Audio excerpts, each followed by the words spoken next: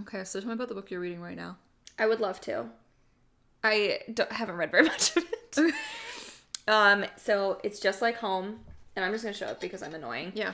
Most beautiful book cover I've ever seen in my entire life, and that is why I picked it up, and I am judging the book by the cover. But from what I've gotten, this girl's dad is a serial killer. Love this. I'm on board. He is dead. And so her mom who seems to suck, has been like, hey, come home, I'm dying, and I need you to get stuff out of this house before I die. Okay. So she's going back home, obviously painful. Her mom keeps, like, randos in the guest house. Like, people who are, like, interested in true crime or, like, artists. She, like, lets them live in the home. So her mom, or her dad was, like, a notable serial killer. Okay, yeah. Okay. They found a bunch of bodies, like, under the house or the backyard or something. So, okay, I got you. I'm on board. Yeah. So that is about all I've established, except she's now hearing things and seeing things. And I think this might be a ghost story. I didn't know that. I thought it was, like, perhaps another serial killer was in the house. Like, I thought maybe, like, mystery serial killer-esque book. But now I'm thinking that there is a ghost in this book, and I'm reading a ghost story, and that's going to freak me out, but it's fine. I'm going to tell you right now, that was my first thought when I saw that cover. It's giving me Haunting of Hill House vibes, though. I mean, I get that, but I just thought that was because he killed a bunch of people. I mean, that is probably what it is, but my first thought was, like, haunt. That is haunted. Well, again, it's not my business. It's not your business till you get there. Yeah, so it's like a parasitic artist has moved into the guest house out back and is slowly stripping Vera's childhood for spare parts. He insists that he isn't the one leaving notes around the house in her father's handwriting, but who else could it possibly be? So I read that and I was like, oh, it's a sketch artist. A sketch artist. Oh, A sketchy artist, like, living in the backyard, playing pranks. Haha, Delvin. Yeah. You little mercurial. I don't know what that means. But now I'm like, oh, no, it's, like, for sure a ghost of her dad. I don't, again. Is she gonna, is he trying to kill people? I'm nowhere in this book. Okay. She has just tried to go to sleep in a bedroom, and the bed's making noises from across the room, and I'm like, I have to put this book down. I'm terrified. Yeah. So I'm committed to reading this part. This is the book that I have chosen to finish first for the year. I am so scared of it. And then I just, like, casually looked it up on Goodreads today. Not good reviews. Fuck. They're okay, it was a marketing choice to write a book like this and have it pink. All of the reviews go, this book is the most beautiful book cover I've ever seen in my life. And I was like, that's exactly why I got it. It is perfect bookshelf book. Can shove it in a coffee table. It's beautiful because it's got the, like, murder for the girls, which I love. Having such, like, I would think that there's romance in that for sure. Yes, but not why I went into it. I went into it thinking it was going to just be, like, kind of like Mindhunter-y. Yeah. Not that, like, that's why you went into it, but just, like, I wouldn't expect it to be terrifying based on the tone of pink. No, but I'm already very scared. But I am also easily scared by things. Yeah. That's so funny you say that because the most terrifying movies I've ever seen have all been with you. Those are comfort watches. If you watch them enough, it takes it away. Okay. I don't have nightmares about The Shining anymore. Anymore? No. Now what are my nightmares like now? Weddings. Just like, it's just I was going to say, is it all wedding stuff? Yeah. Yesterday's nightmare was that it was the month before the wedding and I forgot to tell you guys to order bridesmaid dresses. Yeah, I like watching horror stuff. Like, I love watching it. It ruins my life. I do not sleep. Like, I got really into these, like, found footage films called Hell House, LLC. No. Melissa, they were so good and so bad. They're so... now, I used to think that, like, demons were, like, my cutoff for... Yeah. Is it ghosts? No, it's found footage. See, this is my first exploration into found footage. That I have an issue with. Like, Barbarian... Oh. dipped its toes into it. But there was enough that wasn't found footage that, like, I was able to tolerate it. And you had, like, Justin Long and one of the clown. Bill Skarsgård. Thank you. Oh. So that gives you that, like, okay, this isn't real. Easier to ground. Yeah. The found footage that is, like, real people that I've never seen before in my life. Yes. I don't know. I'm exploring into Hell House. Incredible. I would never say good movies. I finally watched the prequel that came out because everyone was like, this movie's phenomenal. And I was like, that's really weird because nobody in my home has found any of the Hell Houses to be that good. And then I watched it. I was like, oh, this is fine. The first one is just so good. So good. I think the thing is with horror genres and horror styles and stuff, once you figure out what you like and like you figure out like your niche, that's probably why these people are saying like, oh, it's probably because they're like found footage gurus. Yeah, but I get it. I do. I just am like, I've watched the other 3. This is now the 4th movie in it. Is it doing anything different? No. Am I screaming every time that the clown shows up? 100%. And I will always. It's a clown? Listen, I can't explain the clown. Okay. The clown is a mannequin in this house. Okay. The clown, nobody put it there. It just is there. The prequel one kind of reveals what the clown is, but it's... What is it? A mentally ill ghost. See, I think you should watch it. I just want to see the prequel. That's fine. You watch that first, but like... That's not what I expected you to say. I think these were like very low budge, and I think that was what made them fine for me, but I was screaming in my home, which is fun. I enjoy that, and then I don't sleep, and it's cool, whatever. Would you say you have a higher or lower tolerance for like book horror versus like visual horror? I'm scared of everything. Okay, so that's fair. Because I find that I'm better at tolerating like horror in books. Okay. And I think a little bit about that is like being able to pace myself with it. Whereas like when it's a movie, you either have to pause or you just have to take it the way that they're giving it to you. Well, that's what I like about the movie format for it, is that it is forcing me to get through it. Yeah. Because I'm not a pause person usually because I can't find the remote. Yes. So it's just I've started doing like pacing in my apartment, like pacing into the kitchen and doing this and being like, yeah, like, I can't. But like with the book, if I get too scared like this, like the second I figured out it was a ghost, I was like, I can't read this tonight. I can't because that's all I'm gonna think about.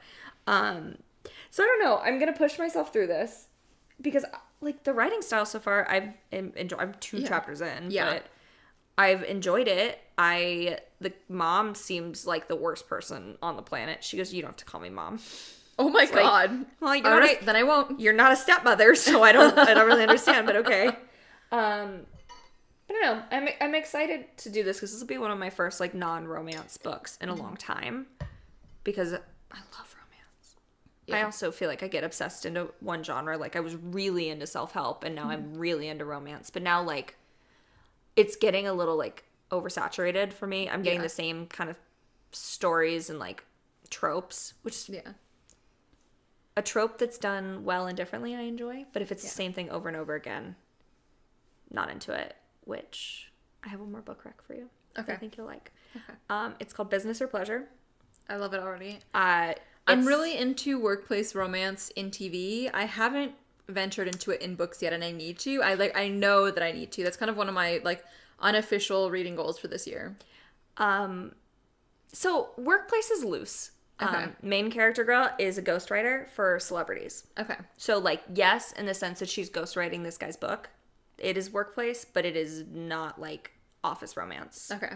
Which wouldn't resonate for you anyways because you don't really work in an office with people. But I fucking love, I love touting the line of ethics on like business partnerships when it comes to I get really into K-dramas that have the workplace romance. Okay.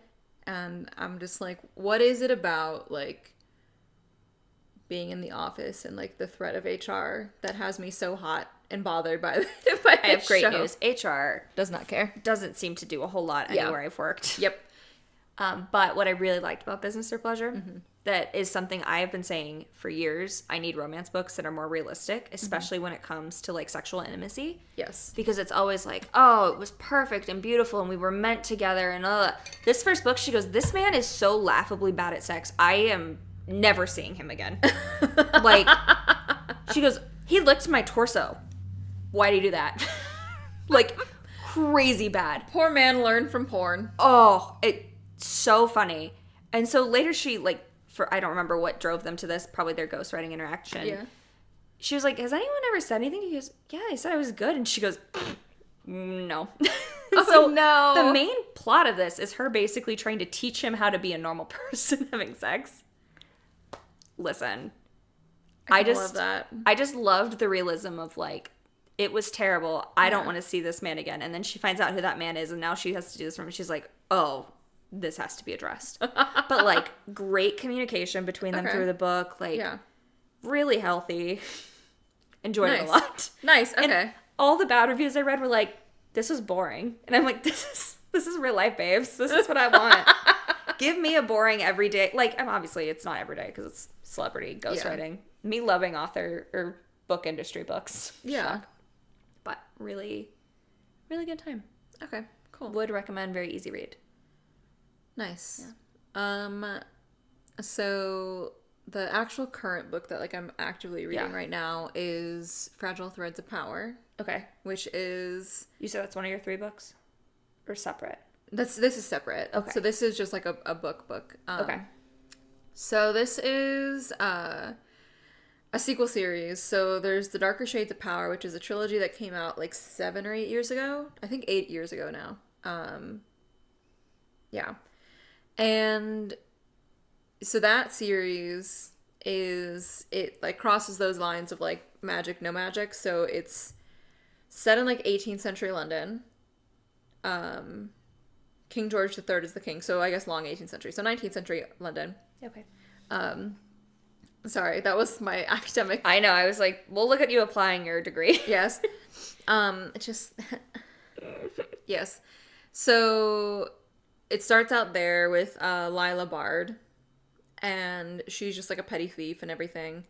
And then we get the secondary like main character, which is Kell. And he comes from Red London. So this is Grey London, our London. No magic, all dark and dreary. I feel like you've talked to me about this concept before. I think I have. Okay. Yeah. And so like the whole idea is that there's like separate like universes kind of on top of each other. Okay. And they've got like meeting points where there's the same thing. Oh. And so in all 4 Londons. 4 Londons. There's 4. So there's Grey London, Red London, White London, and Black London. Okay. Black, that whole universe doesn't exist anymore. Wonderful. And we kind of get like the why later on. Okay. But Grey London doesn't have any magic. Okay. Red London has the most magic. Okay. And White London, like their magic is just being drained. Nice. And so Kell comes from Red London, and he's like a ward of the king and queen there. And he is what's called an Antari within the book and within the universe. And so like every universe has them. Okay. And they're the only ones able to move between the universes. They can like create doors and move between them. There used to be a lot more, but like in recent centuries they've depleted. And so in like eventually the plot moves into Red London because that's got the most magic, so obviously most plot, right? Yeah. And when we see the magic there, when we see how it plays out, it's like kind of structured like Avatar: The Last Airbender. Ooh. Yes. Well, in that like you can have one element that you like have magic over, or you can have a couple, or you can have like 3. It's really uncommon to have 4. Okay. Antari always have 4 because they've got the door, they've got like the most power within them. That makes sense. Yeah. And so it was kind of like a politically driven drama in that like because the main characters can travel between the worlds, they can travel between the political conflicts, and that starts its own conflict. Okay. But it's all based around magic and like the source of magic and all that.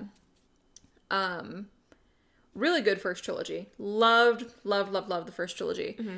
I have the original trilogy in paperback, and so I have not bought the book yet. I just have it through the library because they only have it through hardcover, which I hate that they're doing that lately. Just let me have the paperback. I know, I'm a let paperback girl too. Let me have it from day one in the paperback. Correct. And like if I've got like the hardcover in the first book or something, I just need the rest of them to be you need them to match. I need them to match, yes. And so I don't want to buy them until I've got the paperback for it. Yeah. And so this first book is just so slow. I didn't finish it in the 2 weeks that I had it the first time. Yikes. So I just got it back. This was like in November, so I had to wait like 8 weeks to get it back because holds. I get it. So many holes because it was just released. Mm-hmm. And they've even gotten more copies since I had to recheck it out. Yeah. So she divides them into like the book is probably about, on the ebook version, is like a little over 500 pages or almost 500 pages. Okay. And she divides it into parts and chapters. So the chapters are relatively short sometimes. Yeah. But then the parts themselves, so there's like 12 parts in the book. Mm-hmm. And they're just like little chunks, like little... Makes sense. Like scenes, basically, or like little mini acts and stuff. Yeah. I just finished part 6. Part 6 is where I left off when I lost the book the first time. And that was right when the plot started to pick up. So this is the halfway point of the book. Mm-hmm. And I'm, like, honestly so amazed because the first book was so good from, like, page 1. Mm-hmm. But in this one, she's introduced, like, so many new characters. Like, too many. Ugh. And it's, like, there was one character who, like, was introduced almost the very, very first chapter.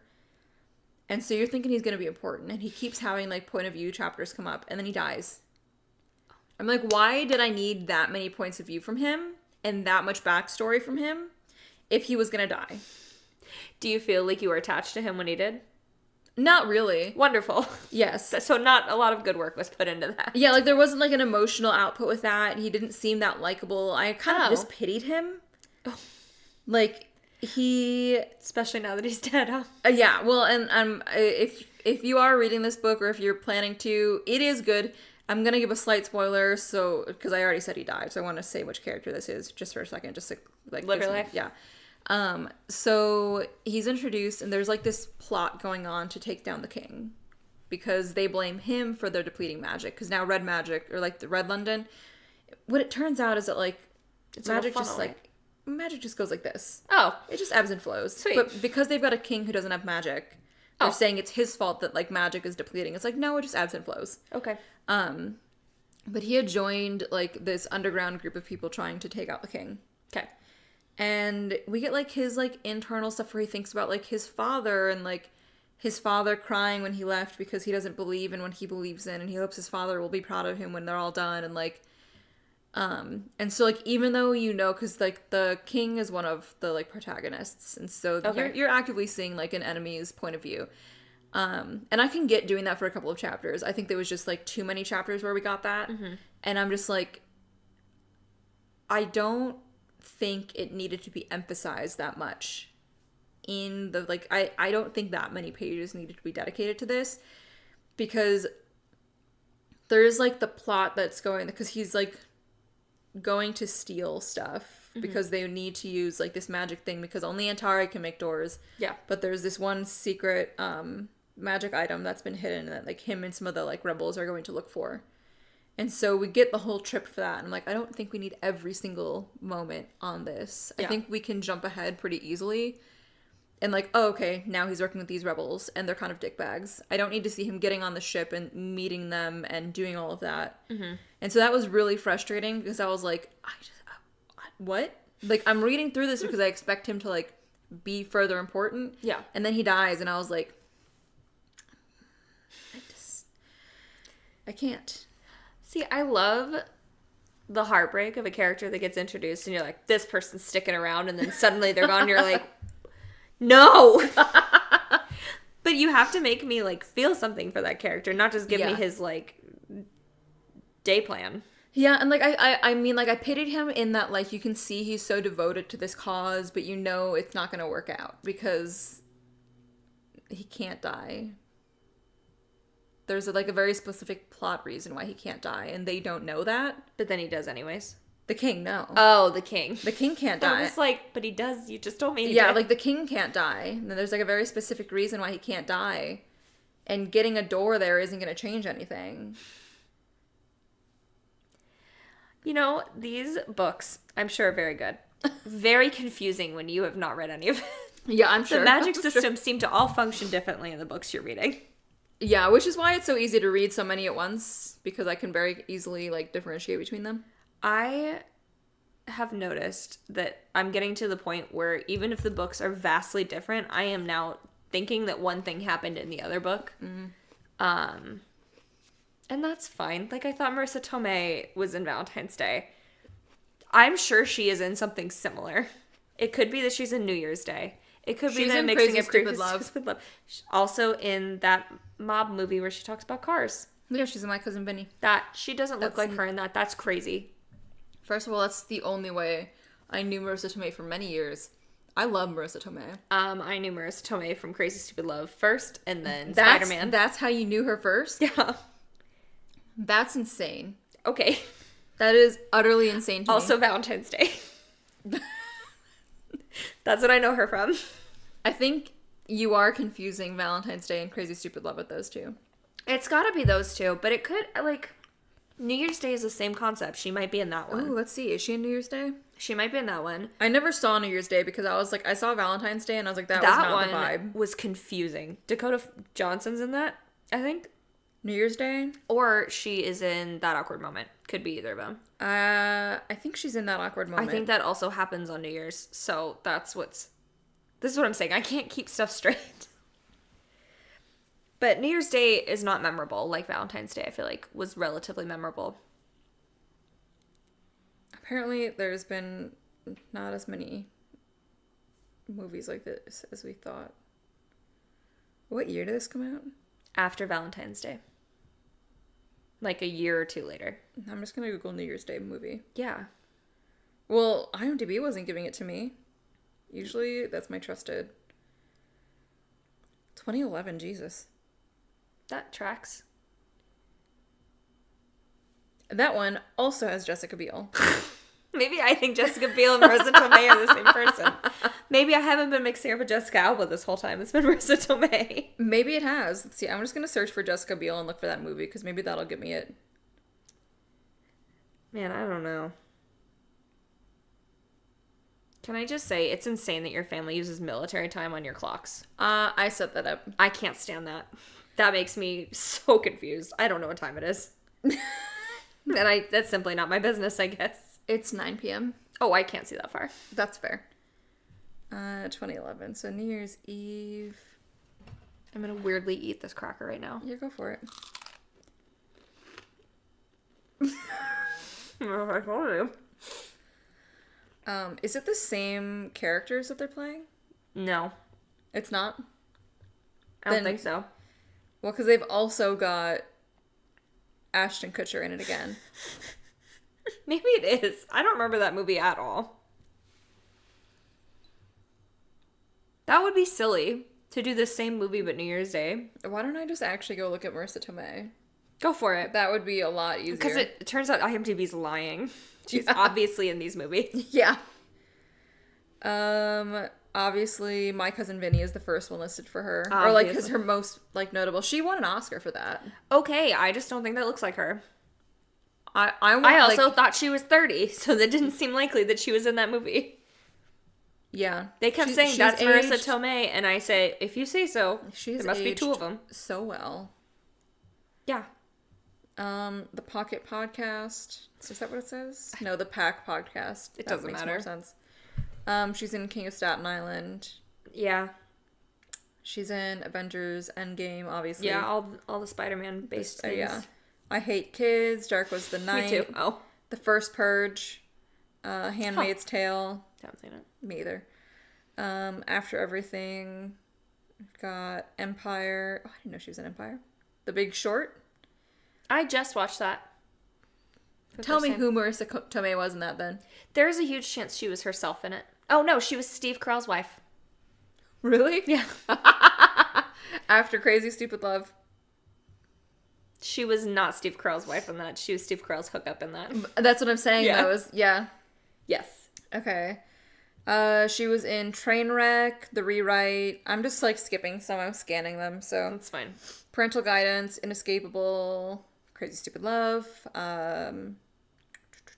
Amsterdam, The Wrestler, Before the Devil Knows You're Dead. Okay. She was in Wild Hogs. I forgot that. Oh yeah, she was in Wild Hogs.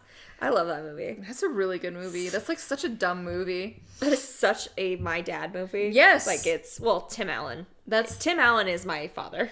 the only time I've ever seen that movie has been in the presence of my father. Oh, I watched it by myself. I like that movie. I also like they have Tyson Richter. What's the guy, Tyson who does the house home makeover, extreme makeover home edition with Tyson? Ty Pennington. Now here's a question. Who's Tyson Richter? Who is that?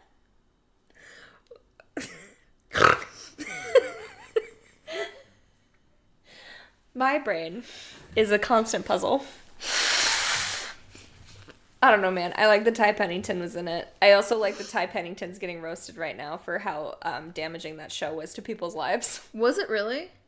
All of those extreme, like, home or car makeover shows, like, actively were ruining people's lives because, one, their home property value was skyrocketing, and so then it, like, screwed up their taxes and stuff. Yeah, that makes sense. Yeah, and then with, like, the car stuff, they, like, would take all the stuff back out of the car on, like, Pimp My Ride. So they'd put all that stuff in, and then they would take all the stuff out, and basically you would just have a non-functioning vehicle with a grill in the back.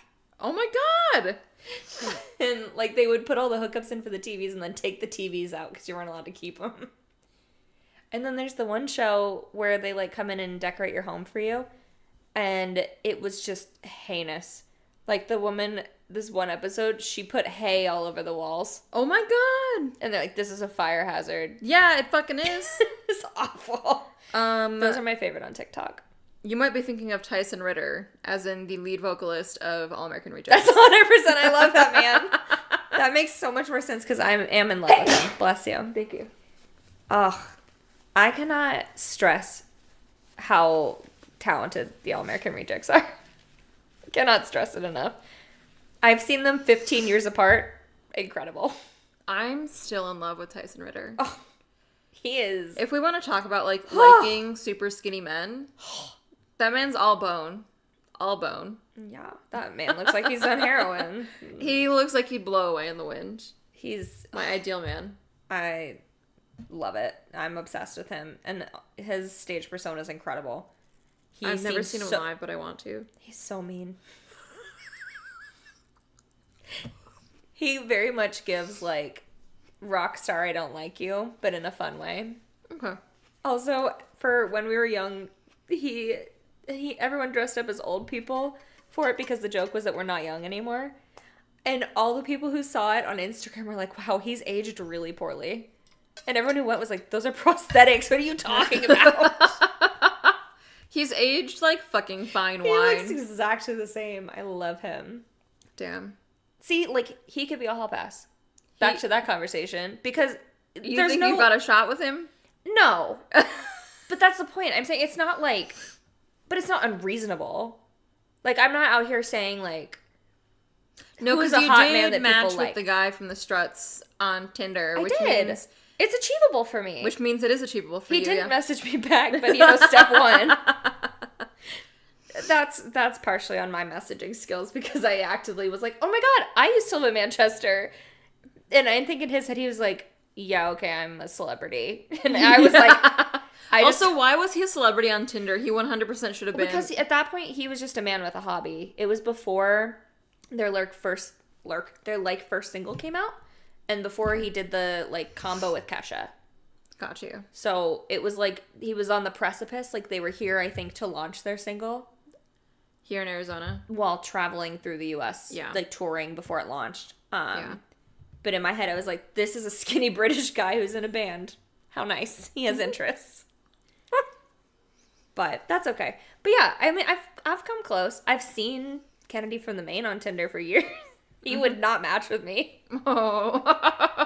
No matter how hard I tried. But, like, I think Tyson Ritter is... an achievable distance.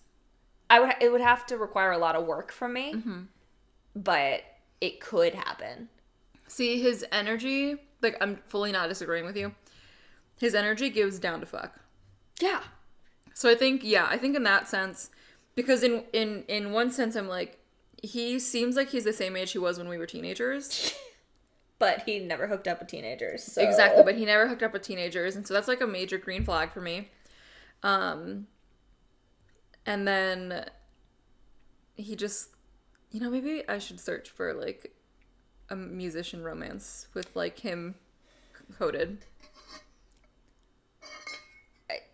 I would love to support you in this. Mm-hmm. I, however, did just leave a scathing review on a musician romance. The most scathing. 1 star. Oh, wow. Okay. I don't think I've ever given anything less than 3 stars. And, like, it's not like 3 stars is my lowest. It's like I've never really read anything where I felt that impassioned. Well, there was the Hooked book where the first thing I did was go to Goodreads and write a negative 2-star review. Yeah. And then never wrote a review since then. So I've tried to fix that by writing positive ones. But I was like, you know what? I was recommended this stupid book. It's called Drive. Okay. It's so hard to find. Oh, God. Great first step. Yes. Honestly, for the best. It was recommended me by one of Sean's like friends from high school that's like a grown-up who reads all the time. So I was like, oh, maybe she and I can become friends. Like, that would be cool to have another like booky friend. Yeah. I will not be speaking to this woman again after this book. I am furious. Those people on Facebook that like are from high school, they have like kids with some guy that's like sucks, and they're like one day posting about how in love they are, and the next day they're like, he's trash, he robbed me, all of his family needs to leave me alone, and then the next day they're back together. Mm-hmm. That's how that book felt. But like not in a fun way. In a like, this girl is, well, one, something I didn't even think about looking back to the 9 months ago when I read it. Yeah. I DNF'd the book, by the way. 10 minutes left. Didn't finish it. Fuck. I made it to that point, and I was like, you know what? It's not worth it for me. Fuck. A lot of the few negative reviews I saw, which is what's really confusing to me, all 5 stars, except for like 2 or 3 people. The character is supposed to be Latina, and she will not let you forget it. And she uses some like on the precipice of slurs. Is the author Latina? No. Yeah, so that is a very notable qualm that people had. That is a very valid qualm, yeah. The way I looked at it was I looked at the people on Facebook who are like that I already described. Mm-hmm. And, I think I have heard similar things come out of their mouths. So I was like, it could just be like a character trait. Makes sense. But like, why write that character? Wonderful question. I don't need to know the answer from this woman. I'm okay. But like, other than that, so she's the rock star guy, not a rock star when they start dating, but it's like she's 20 years down the line in a car driving and like reflecting back on these relationships for something. Confusing. Also, each chapter starts with a link to a Spotify song, which just reminds me of Wattpad. Yeah. I just think weird. See, this is related to a conversation we were just having, which is that I think I need to stay away from self-published books for a little while. Yeah, it looks self-published, but like, again, it came recommended. So I was like, I'm going to read this. I have been recommended plenty of self-published books, and then I read into them, I read them or I start them, and I'm like, this needed to go through several more rounds of editing. That's the problem, is you write the book and you just think you're like, this is great. Yeah. Like, I don't want to look at it ever again. Yeah. Let's get it out That's there. how I wrote all of my essays in undergrad. That's how I will continue to write anything ever. Yeah. Would not have worked in my master's. And that's like my thought process is like, it took me a single essay to realize, oh, I need to read these. And nobody even graded that essay. I was like, no, I need to step up my game because this is real. Mm. And I think if you're going to self-publish, I don't have anything against self-publishing itself. Have a friend take a peek. Have a friend take a peek. Have a different friend take a peek. In fact, have several friends take peeks. Have enemies take a peek. Exactly. Have somebody who doesn't like you read it. Yes. Have somebody who doesn't like reading read it. Even if they just read sections of it. Yeah. Because you can see a lot more from the book than you could, like, if and when I'm writing, I would definitely have you read it. Thank you. As, like, a beta reader, like, as, like, a first time. Okay, first time an alpha. Oh, sorry. I forgot that there were alpha readers. But like as like a first round of edits kind of thing. Yeah. Because one, you like reading enough that you would be nice. But two, you would be like if it's not 5 stars, I will tell you it. Yeah, exactly. But also I wouldn't give you I'm talking about giving you like first draft, like there's kind of like I'll destroy it. Yeah. But then you'll also like it. You won't destroy it because you don't like reading. No, I'll destroy it because it needs to be fixed. Yeah. Exactly. Like that is the point of having those. And I'm like, there's the benefit. One of the major benefits of traditional publishing, and I won't say that traditional publishing only has benefits. There's definitely downsides. Yeah. Is that like they know the point when to stop editing, and self-publishing, you're on your own for that. Correct. And self-publishing, you have to know the answer to those questions, or you have to know somebody who knows the answer to those questions. One of the series that I had a big issue with that was the Glint, the Plated Prisoner series. Was that Guild, Glint. Sean called it gin today, and I think he is right. Yeah. Because I look at that and I said, that says gin. Yeah. And my issue with it is that like because I think to start there was issues, and so then like as it progressed it did slightly get better, but I was like I shouldn't be getting to the 3rd book and it's getting better. Are these self-published? Yeah, at least they started, I believe. BookTok needs to stop doing that because I did not think that they were. Yes. And so like the very first book isn't even a complete plot. Okay, I will not be reading this. Yeah, and like it very much read like, for me at least, and I know this, like I know some people really resonate with the series, and I'm just like, first of all, I know you'll have an issue with this, but like the first book without any kind of trigger warning, there was like an aggressive rape scene. Oh, won't be reading it. Yeah. That's actually why I think I didn't read it, is because I saw that in a review. Yeah. There was like an aggressive rape scene that was not warned about. Sweet. It was not a complete plot. Perfect. Yeah.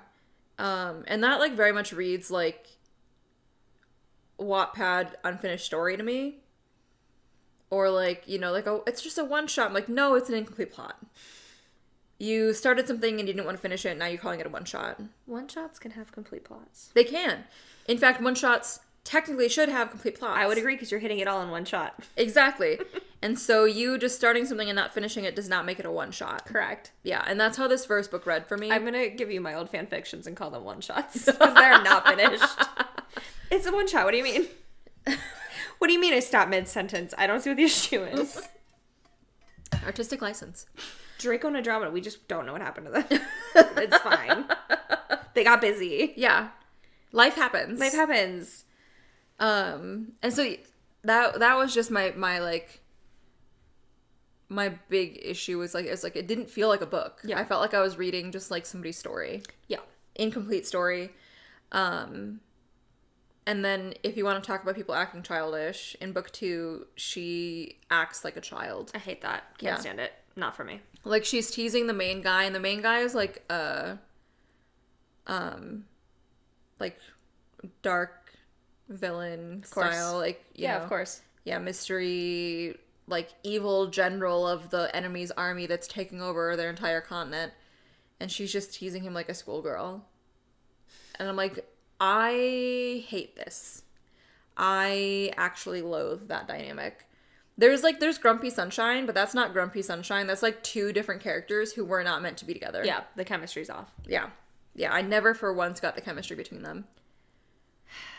So do not read those books. I'm not planning on it. Yeah.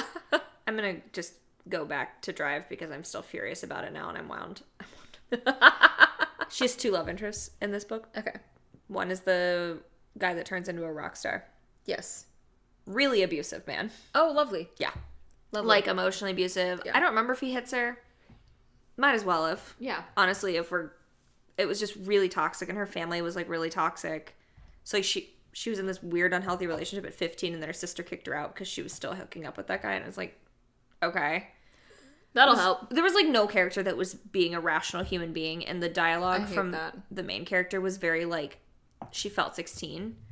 Like very angsty, like whatever. Mm-hmm. But then she like goes out to get this job at, I think, a like music review, whatever that job's called, place. Like the people that write the like, for like Rolling Stone. Billboard? No. Is it just Rolling Stone?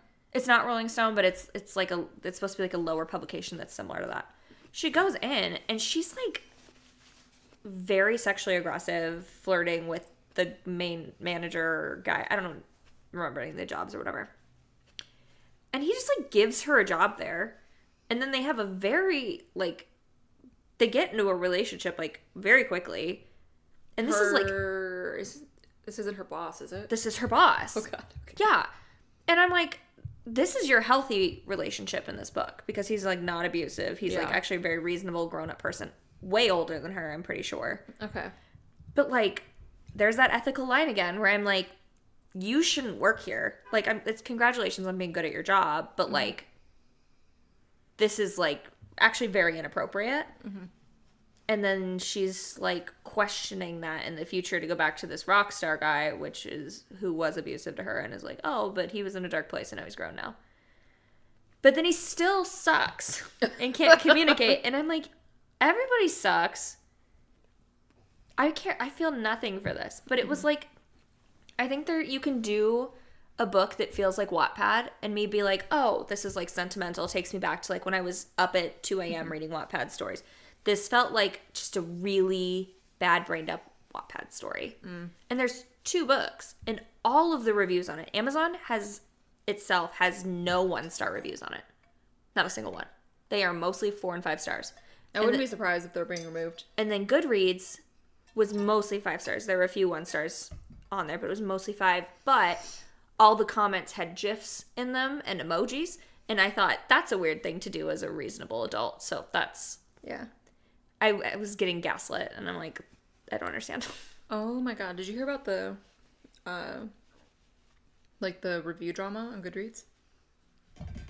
You're going to have to be more specific, because there's a lot of drama with these authors right now. There is. I'm going to go refill my water. Let's do a drink refill if you want. Or do you want some water? I have water. Okay. But get a drink real quick. Yeah. Wouldn't it be really funny if we finished and you hadn't recorded anything? Like, well, this is fun. Fake podcasting. This is my favorite hobby, is to pretend to spend 30 minutes setting up and then not record anything. Goodbye. Oh, Sean texted me. He's going to Scottsdale. Okay. So, drama. Before I fully start into this, I don't remember any names. Do I seem like I've remembered anything tonight? There's nothing in here. Just qualms, but no names. Mm-hmm. Is this an author-specific one, though? Yes, I think you probably know what I'm talking about. I do think I do. The author who, like, made fake accounts and then over, like, several weeks review bombed her own friends. Yeah. And then created the fake screenshots. That was my favorite part of the whole story. I mean, favorite in that, like, it's so fucking absurd, so fucking tragic. Like, all of these, like, people who are, like, people of color genuinely, like, getting these, like, really awesome opportunities to write stories in a very, like, white saturated, sector of our media. And, like, but the fact that she went through all of the effort to create these screenshots and then fucked them up so hard and wrote the screenshots like a Wattpad interaction didn't give me any hopes for her book. If this is the same woman, I've heard her book is not good. Well, I would not be fucking surprised after all that. Because it was people that were, like, not all of them, not exclusively, but a big chunk of them were people of color who are going and being published by her same publishing company. That's a move. Yeah, especially because, like... Maybe she should play Othello. Yeah. She seems like she'd be really good at it. Yeah. But, like, if you're gonna review bomb people... and you're going for the people that are being, like, supported by the same publishing house as you, then you're kind of forgetting the fact that, like, if they do well, the publishing house has more money for you in the future. Yeah, and I have to imagine that they get promoted at, like, similar events. Like, yeah. It's like a combo promotion at times. So it is it's just a weird move. Especially if the books aren't, like, the same or similar to yours. Mm-hmm. Like, who are you benefiting? Exactly. Because she was so concerned. It's not bringing you anything. Yes. She was so concerned that they were going to do better than her book. And, like, let's assume for a second that nobody ever found out that it was her. Even though it was so obviously her. If this publishing house unsuccessfully makes several, fantasy books they are not going to support you in the future. Correct. Because they will not have the budget for it. Yeah, they're going to say, oh, people aren't buying these. Why would we make them? Goodbye. Yes, exactly, exactly. So, stupid business move in the first place. Terrible friend move in the second place because a personal friend of hers was one of the ones that she review bombed. That's so weird. It is. I just can't imagine. I mean, it's also so I think I benefit from the fact that I have pretty decent friends. I would think that people benefit from having good friends, but people can benefit from having shitty friends too. Well, and I mean in that in terms of the kind of frenemy situation where they would say something so explicitly nice to your face, where you wouldn't expect them to do something like this. Mm-hmm. I've never had an experience like that. That's good. Yeah. I've definitely had friend breakups and betrayals and stuff, but never anything where they've been conniving behind their back. Yeah. I think we usually just say you can't drive. Yeah, and you say that to my face. Yeah, and I will continue to until you drive. Yeah, but to find out that a close friend of mine who was also a close author friend went out of their way to create fake accounts to review bomb my book, that would be absolutely heartbreaking. It's also just very time consuming. It is. That's why I don't leave reviews generally, because I'm I just read this book. What more do you want from me? And now I did it today and I was well, that's why this takes a lot of time. That's why she released, or she left such an obvious paper trail. Because she didn't put a lot of effort into it. Because she didn't put a lot of effort into it. She only review bombed the same people with these accounts, and then all of the accounts also only positively reviewed her book. Because it's time consuming, because she didn't put in not that I'm trying to be a better villain than her, but no, you should be a better villain. Yeah, if you're gonna be a villain, do it right. If she'd taken the effort to do scattered, do a few other good reviews, do different ones, not add the same books to the same lists for every single thing, then she wouldn't have been caught. And she wouldn't have lost her book deal. And now she's I'm gonna take a hiatus because I need to work on my mental health and alcoholism. Because I only did this when I was going through my mental break and my alcoholism. And it was okay, but there's record of you doing this also last year, and you don't talk about that. Were you also having a mental breakdown then, and also only suffering from alcohol then? Maybe. Also, maybe she needs to take a break to figure out how to do this right if she's going to do it. Yes. Because, I'm sorry, I just can't stand for people doing things poorly.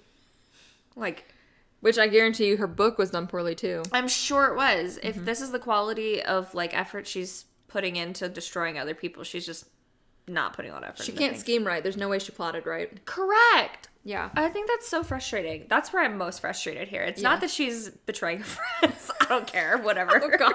Do what you gotta do, girly. But, don't get caught. I've noted that for future reference. Absolutely. To be fair, if I'm going to try to take you down, I'm not going to do it publicly. You could just drive. You could drive away. I could. Yeah. I could drive so far. Yeah, you could. I would take the light rail and I'd catch up with you maybe eventually. Surprise. Where the light rail ends. No, I just, I just think it's silly. It's just such a silly thing to go and, publicly try to take down your friends in a secret way, but then also not. I'm sorry, you didn't build a backstory first? When I was making a bunch of catfish profiles on Facebook, it took forever for people to figure out that I was the other Andre. It took so long. It did. And then other people joined in, and then it got really confusing. But you know what? It's because I put in the work. Yeah. You set the groundwork for that. I've always felt this way because of that show Catfish. People need to learn to do it right. Yeah. If you're going to build a fake profile, build a fake profile. Mm-hmm. The circle's showing you how to do it. Just do it. There's also, the internet is so vast. Just Google how to successfully... I'm sure there's a Reddit about it. I just don't think it, maybe it's because I'm trained in, fraud, but it just doesn't seem that hard. It doesn't seem that difficult. For work, you are. Sure. Yeah. Yeah. Thank you for joining me for another episode of In Bed with Books, a bookish podcast for bookish babes. Make sure to like and subscribe so you can keep up with all of the latest updates. And if you have any suggestions for authors, books, or topics that you want to hear about on the podcast, then feel free to DM me on Instagram or shoot me an email. I'm wishing you a lovely rest of your day, and until next time, happy reading.